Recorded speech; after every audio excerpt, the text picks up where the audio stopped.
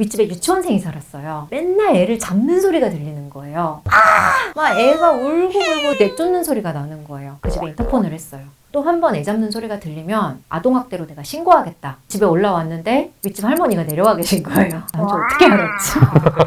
딱 보자마자 제일 먼저 하신 말이 뭔지 아세요? 너 어느 대학 나왔어? 이거였어요.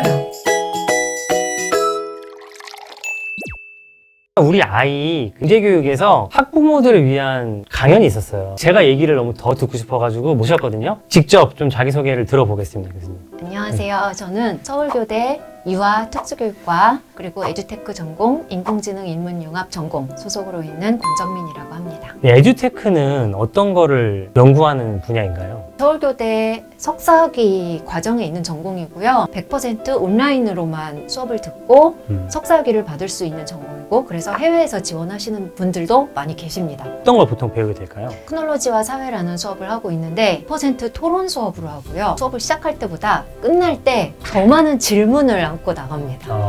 이게 정말 좋은 게 맞나? 무엇을 가르쳐야 될까? 끊임없이 고민하는 수업입니다. 스튜디오도 있고 디지털 포토그래피, 동영상 편집 굉장히 재미있고 많습니다. 어떤 사람들이 신청을 하면 좋을까요? 박사학위 있으시지 않으세요? 박사가 있어요. 네. 그러면 네. 안 오셔도 돼요.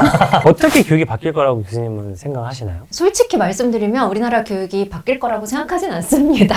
아, 그래요? 학교나 학원이나 학부모님들이 생각하시는 교육은 우리가 생각하는 교육과는 또 완전히 다른 교육일 수도 있어요. 우리라고 하시면 보통 교육학자들이 교육학자들. 생각하는 저희는 교육이라는 게 진리에 대한 탐구라고 생각을 하거든요. 하지만 중고등학교에서 우리의 입시에서 교육은 진리에 대한 탐구가 아니잖아요. 시험을 잘 보는 것, 내가 다른 사람보다 신분적으로 상승하고자 하는 것, 그 도구로서 교육을 보거든요. 교육이 어떻게 바뀌어야 하는가라고 얘기할 때 그 교육이 무엇인가에 대해서 저희가 정의를 먼저 해야 되는데 그게 굉장히 복잡한 문제고, 또 많은 학부모님들이 공감을 하시지 못하는 경우도 있고, 진리탐구 관심 없다. 그냥 무조건 좋은 대학을 가는 게 목표다. SNS에 댓글로 남겨주신 건데, 학교의 교육의 목적은 신문제가 지금 없어진 사회인데 자기가 귀족이라는 것을 증명하기 위해서 공부라는 것을 이용을 해서 자기가 귀족임을 증명하려고 한다 라는 댓글을 남겨주셨는데 그 안에 핵심이 있다고 봤습니다. 현재 현실인데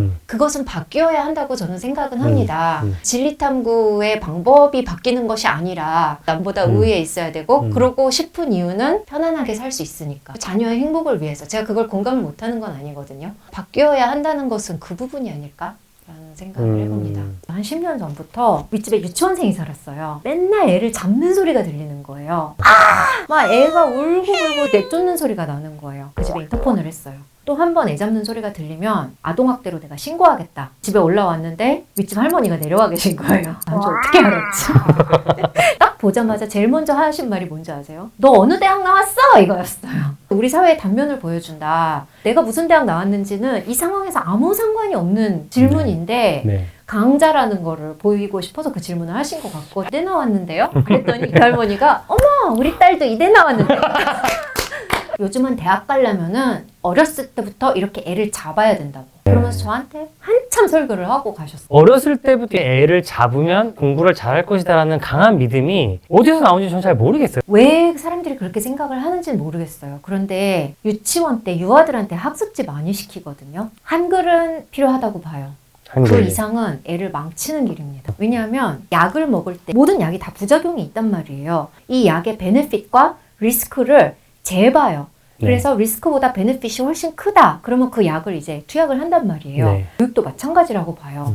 내가 지금 이 아이한테 학습지를 시킴으로써 내가 얻는 것만 생각하지 잃는 거를 생각을 안 하세요, 보통. 유아기 때는 아이들이 스스로 놀고 집중하면서 그 시기에 얻어야 되는 게 되게 많거든요. 단순히 학원 보내거나 학습지에만 해당되는 게 아니라 잔소리를 지금 해야 될 것인가 말아야 될 것인가, 이 잔소리를 함으로써 내가 얻는 것과 내가 잃는 것이 무엇인가를 매번 그거를 재보셔야 돼요. 내가 잃는 것이 훨씬 많을 때도 있어요. 그게 뭐냐면은 관계를 잃는 거예요. 특히 청소년기에는 관계를 잃는 것은 굉장히 치명적입니다. 유아 때도 그렇지만 청소년기 자녀가 다 성장한 후에까지도 우리 부모들은 고민을 해서 결정을 하셨으면 좋겠어요.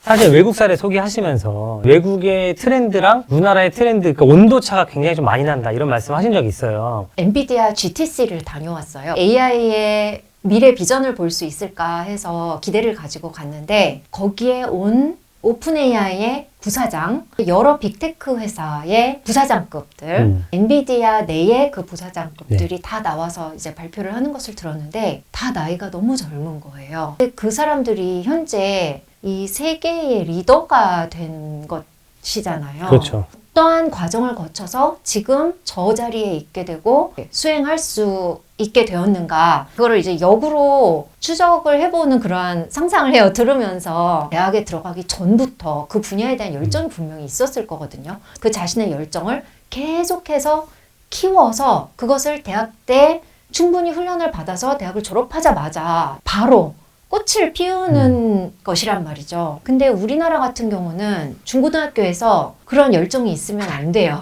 획일화된 평가에 그런 열정은 방해가 되거든요. 대학에 들어가서 그때부터 뭔가 자기만의 전문 분야나 자기만의 열정을 살려서 뭐를 하려고 하니 이게 다른 나라보다 늦어지게 되는 거예요. 우리나라 아이들은 일단 대학부터 가고 그때부터 고민을 한다 이런 말씀으로 들리네요. 사실 이렇게 세계의 리더가 되는 사람들은 정답과 오답이 있는 것에 대해서 고민하기보다 정답과 오답이 없는 분야에 대해서 계속 고민을 해온 사람들이란 말이죠. 네. 근데 우리는 비전을 가지고 열심히 하는 학생들을 제외하고는 그런 기회를 체계적으로 학생들에게 주지 않아요. 일단 학점을 잘 받아야 되고 학점을 잘 받기 위해서는 정답 오답이 있는 시험을 잘 봐야 되는 것이 지금 현재 대학 교육에서도 그것이 문제라고 생각을 합니다. 저도 이제 아이들하고 이제 수학조차도 토론이다. 38 곱하기 9를 계산할 수 있는 좋은 방법. 더 좋은 방법이 없을까? 근데 이거를 되게 어렵다고 말씀하시는 걸 보고 이런 분들한테 뭐라고 말씀을 드리면 좋을까요? 저는 그 부모님들이 맞다고 생각해요. 큰 깨달음이 있었던 계기가 있었어요. 네.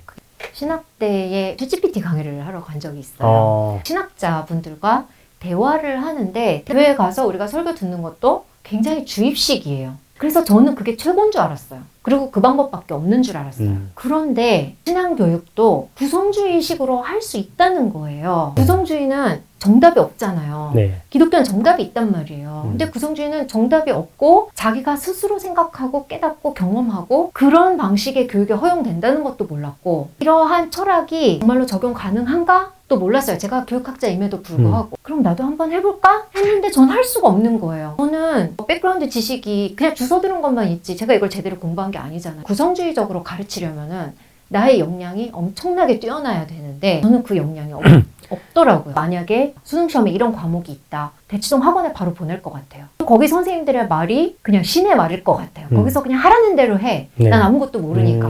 아, 부모님들이 이런 마음이시구나. 내가 더 좋은 교육을 내가 제공할 수가 없는 거예요. 수학 같은 거는 박사님은 더 좋은 교육 제공하실 수 있잖아요. 네. 근데 아까 말씀하신 거 일맥상통하네요. 그 교육을 받아보지 않은 사람은 그렇게 가르칠 수 없다라는 말씀이신 거네요. 아이들을 수학을 가르치려면 엄마가 같이 배워야 된다고 생각을 하는 주의예요. 엄마들이 수학에 대해서 가지고 있는 인식이 바뀌지 않으면 아이들은 절대로 거기서 벗어날 수 없다고 생각하는 주의거든요. 저는 엄마들은 안 그냥 맞겠네. 자기 공부 좀 하셨으면 좋겠어요. 애 공부 이제 그만하시고 네. 자기 공부하세요. 네. 애한테 공부가 그렇게 중요하다고 하면서 정작 자기 공부는 안 하시거든요. 우리나라 부모님들 착각을 하는 게 뭐냐면 학원 보내는데 소용없고 이런 얘기를 하면은 그럼 애를 냅두는 거라고 생각을 하시는 거예요. 근데 저는 학원 보내지 않고 아이를 구성주의로 키워주는 게 훨씬 더 힘이 들고 훨씬 더 노력이 많이 들어간 일이라고 저는 생각을 하거든요. 우리 아이가 나를 원망하면 어떡하지? 이거랑 연결이 되시는 것 같더라고요. 이거를 도대체 어떻게 하면 바꿀 수 있느냐. 그냥 각자 알아서 사시면 돼요. 학원에서 하는 것보다 더 좋은 거를 내가 제공해 줄 수 있어야 되는데 더 좋은 것을 제공해 주실 수 없는 경우가 되게 많아요. 이렇게 한다고 되는 게 아닌데 어떻게 하면 좋을까라고 생각하시는 분은 있다고 생각을 해요. 그런 분들한테는 어떻게 조언하면 좋을까요? 저희 대학원을 오시라고. 부모님이 배우시면 더 좋은 길은 분명히 있다고 생각하시는 근데 많은 부모님들이 정작 본인은 공부하고 싶어 하지 않으시거든요. 공부를 하셔라. 대학원 가셔라. 공부를 하셔라 부모님도. 네. 그러면 교수님은 자녀를 어떻게 기르시고 계시고 어떻게 기르실 건가요? 저희 집 애들은 일단 현재는 사교육을 전혀 시키지 않고 있습니다. 근데 사교육을 안 시킬 수 있는 이유가 내가 더 잘 가르칠 수 있으니까.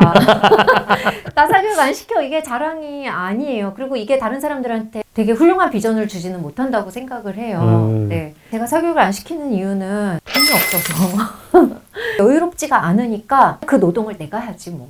각자 자기 애를 위해서 무엇이 가장 효과적인지를 알아서 판단을 하셔서 학원을 보내시든 뭐 사교육을 시키시면 돼요. 단 좋은 선생님을 알아보는 눈은 필요하다고 생각해요. 다 좋은 게 아니거든요. 더 좋은 교육 철학을 가진 원장님이 있고 또 그렇지 않은 그런 원장님들이 계세요. 그거를 구분할 수 있는 눈이 필요하고, 두 번째는 내가 애를 위해서 최선을 다하는 것이 학대가 되어서는 안 돼요. 그 두 가지만 부모님들이 스스로 판단하실 수 있다면은 각자 사교육은 알아서 시키셔라. 한국 사람들에 대한 상황을 이해하고 바뀌기 힘들고, 하지만 바뀌어야 되고, 이제 그런 것들이 복합적으로 느껴지는데 뭐라고 얘기할 수 정리하면 있을까요? 한국 교육 답이 없다. 아, 좋다.